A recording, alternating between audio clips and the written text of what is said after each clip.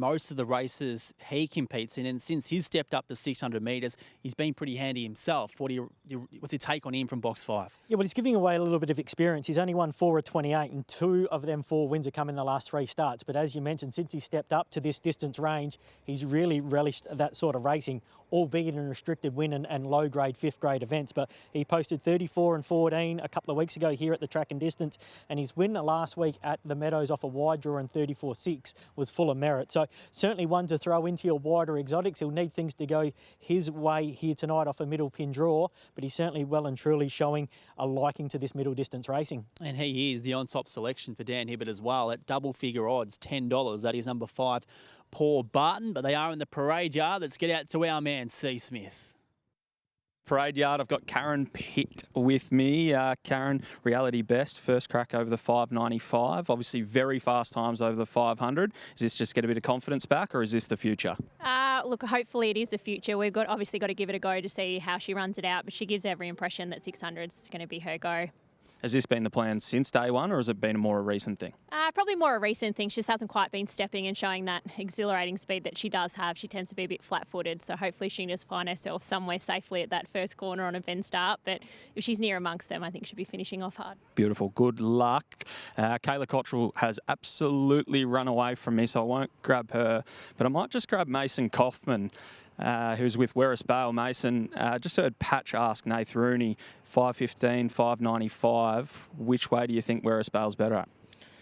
I like him over to 500. He's very versatile, can lead or come off the speed. Over to 600, he probably does need a lead to win. So, yeah. It's a good race tonight. What's the key to his chances? Getting out in front. There's a lot of speed outside, so just try and miss it early. He will run off the track. All right, well, beautiful. There we go. It's an intriguing race, this one, boys. I'm looking forward to it. 595 always throws up a few little oddballs that happen from time to time, so we'll see if that happens here. 100%. And, of course, following this race, we get stuck into the heats of the Sandown Cup, which we are eagerly awaiting. And just quickly before we get to your final thoughts, Nate, anything we learnt from Karen or Mason that we didn't know already? Not really.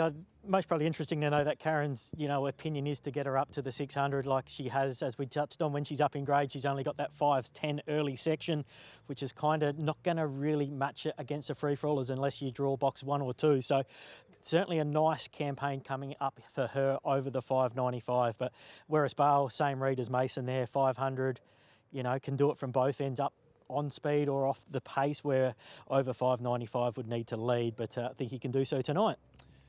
At Sky Racing 1, join us. Thank you, Liam. On the way to the boxes for race 2, where, of course, the following race, the third, we get straight into the heats of the Sandown Cup for the Stayers, which we're very much looking forward to. But Nathan Rooney, it's a pretty open market here. Which way are you leaning?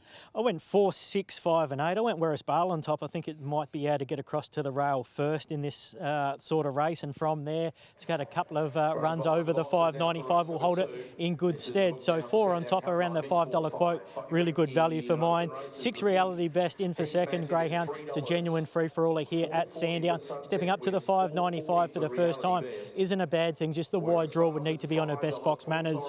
5, Paul Barton, a little bit of value, $10, as Dan Hibbert just touched on. In for third, a greyhound who's really relished the step up in trip. He's won 2 of his last 3 at this distance range. He'll be doing his best work late. Number 8, His Magic, the favourite, in for 4th. I'm just worried about the wide draw. Would need to be on his best box manners to whip around. There's plenty of speed in this, and you wouldn't want to be giving a head start away on that corner start over the 595. So 4, 6, 5 and 8, my numbers. Werris Bale represents a decent enough value for mine. And just before we get upstairs to Mr. Nathalia Daniel Hibbert, the response from you, Nathan, after the run of Saquon in the first, he was certainly had the eyes of the Australian greyhound public on him, and he's delivered again tonight. Yeah, sections were amazing. 507, 1856, as we seen last week. 29-1 on the arm for a young dog who's not quite 2 years of age yet. There's plenty of upside in him in the next 12 to 18 months, and you'll certainly be able to follow Saquon with plenty of interest in much higher races than a maiden going forward. A gun at the future, that looks to be for sure and certain. Race 3, first heat of the Sandown Cup. Race 7, the Group 1 Sapphire Crown. Race 8, the Group 1 Harrison Dawson. This is a mixed 4-5 over the 595. Let's get upstairs with Dan Hibbert. 3 over this trip. So they're about to move in. for race number 2. Starting signal given. And they're on to the move up now for race number 2. Thanks, Patch. The book now for Sandown Cup night. The heats are the next 4 races on the card. And the big Group 1 final here for the stayers next Thursday night. We saw Saquon in the previous 29 and 10. And the world's his oyster, basically. It was a brilliant performance, and he's won 2 out of 2. The green light is turned on, and the lure moves for race number 2. The favourite in the pink, He's Magic. They're set to run. And away, He's Magic jumped pretty well. There was good speed from Werris-Bale in the centre, and driving through was Sunset West to keep it deep. And beautifully across, He's Magic. Couldn't have asked for a better start. It's third, and they're 4 lengths in front of Belfast Spot and Aston Michigan. Trying to run on was Paul Barton. Well backed into Reality Best with it all to do, and Paul Torres at the rear.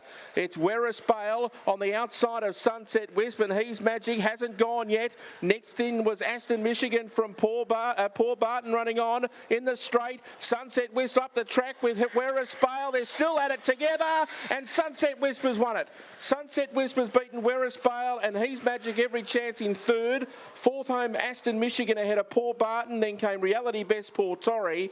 And at the rear of the field was Belfast Spot, and the time is quick, 34 and 11.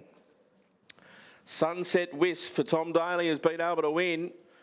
They went nose for nose virtually the whole way there, Sunset Wisp and Werris-Bale. And in the end, Sunset Wisp has done enough to win. Yeah, 9.13 early, and Sunset Wisp with the advantage of the inside draw. Greyhound who does like to move up a couple off the fence, Jace, but would not let Werris-Bale past at any stage. He showed good early speed. Werris-Bale got about a half a length across, but just couldn't cross over for the whole 5.95 duration. And when they come to the post, Sunset Wisp continued to hold that inside run and that inside advantage. And when you run 34 and 1 on the arm, there was a battle of the speed, and you know, in my market, I thought the Werris-Bale might have been able to get across in the early stages, but just couldn't quite get across Sunset Wisp, who can produce those sort of runs, and only ahead the margin. 8 was in for third. He's Magic. Really couldn't whip around him. They were running time on the arm, and when you're 3 and 4 wide and spotting a couple of greyhounds running 34-1 on the arm, it's hard to pick them up and go past them. But He's Magic certainly lost no admirers in doing so, and Aston Michigan utilised box 1 to run another genuine race into fourth. But full credit to the Daily Kennel. Sunset Wisp, the winner of the 5.95 metre race number 2 at Sandown. Indeed, and there's a greyhound lining up in the Sandown Cup heat later on, which we'll get to, who has a very similar recent run home time to what we just saw over the 5.95. They got home in 10.79, Nath. That's quite strong over this distance, isn't it? Yeah, well, if you need to break 11 first and foremost, and so if you're coming down around the 10.70... 11 for what? Win races or 700 metres potential? No, in this class, you need to be well and truly under 11, but if you're ever looking to put a dog over the 5.95 and you trial them and they're not breaking 11 seconds, you can kind of be confident they're not going to run that 5.95 distance range. So around the 10.7s, you know, what they typically come home in. The section early was quite good, Jace. 9.13 early's a really nice section to the mark, and Sunset Wisp can do that when she gets to start right. You only have to go back 4 runs ago, posted 34 and 12 around 9.17 early, and that was off a middle pin draw box 5. So a greyhound who does get up the track and use a little bit of the circumference, but when she can hold the front and dictate, she's a hard greyhound to get past, and she was able to bring up win number 8 at start number 30 tonight and amass almost 50,000 in prize money. So a greyhound that certainly relished these 5.95 middle distance sort of racing, and there's certainly plenty more wins in her. And speaking of breeding, as we did in depth with Saquon in the opening race, this girl here by Sunset Burbsky. And when you hear Burbsky, you think of strength as well, don't we? Yeah, we certainly do. So no surprise to see her best racing of recent times has been up and over the middle distance sort of racing. I don't think she can run 700 moving forward, but I think she's found a nice little niche over the 5.95 Sandown, 600 Meadows sort of range. And after seeing what Werris-Bale's done, 600 or 500? Oh, I still think 600. I think he's a greyhound who runs about the 29.50s over the 5.15 here at Sandown, but just lacks that early speed, 5.15 early when he goes back to the sprint, and just a victim of circumstances. If he could have got across Sunset Wisp any stage for the first 3/4 of the race. I think he's the winner of this event. He just couldn't get across her, and as I touched on, she does hang a couple off the fence, which makes it even harder because he's wanting to get down and she's wanting to get up. But no, I'd keep him at the 5.95. This was a mixed grade 4 and 5. He's classified as a grade 5 dog, so he can certainly win a stock standard 5th grade and a mixed grade 4 and 5 in the coming weeks or months around the Sandown circuit. So I'd keep him at the 5.95 for now. And quick turnaround into race 3, which of course is Heat 1 of the Sandown Cup. What do you make of his magic running third? No, run was quite good. I was just worried with the early speed drawn underneath him. When you draw wide over the 5.95 and 600 at the Meadows, it's awfully hard to get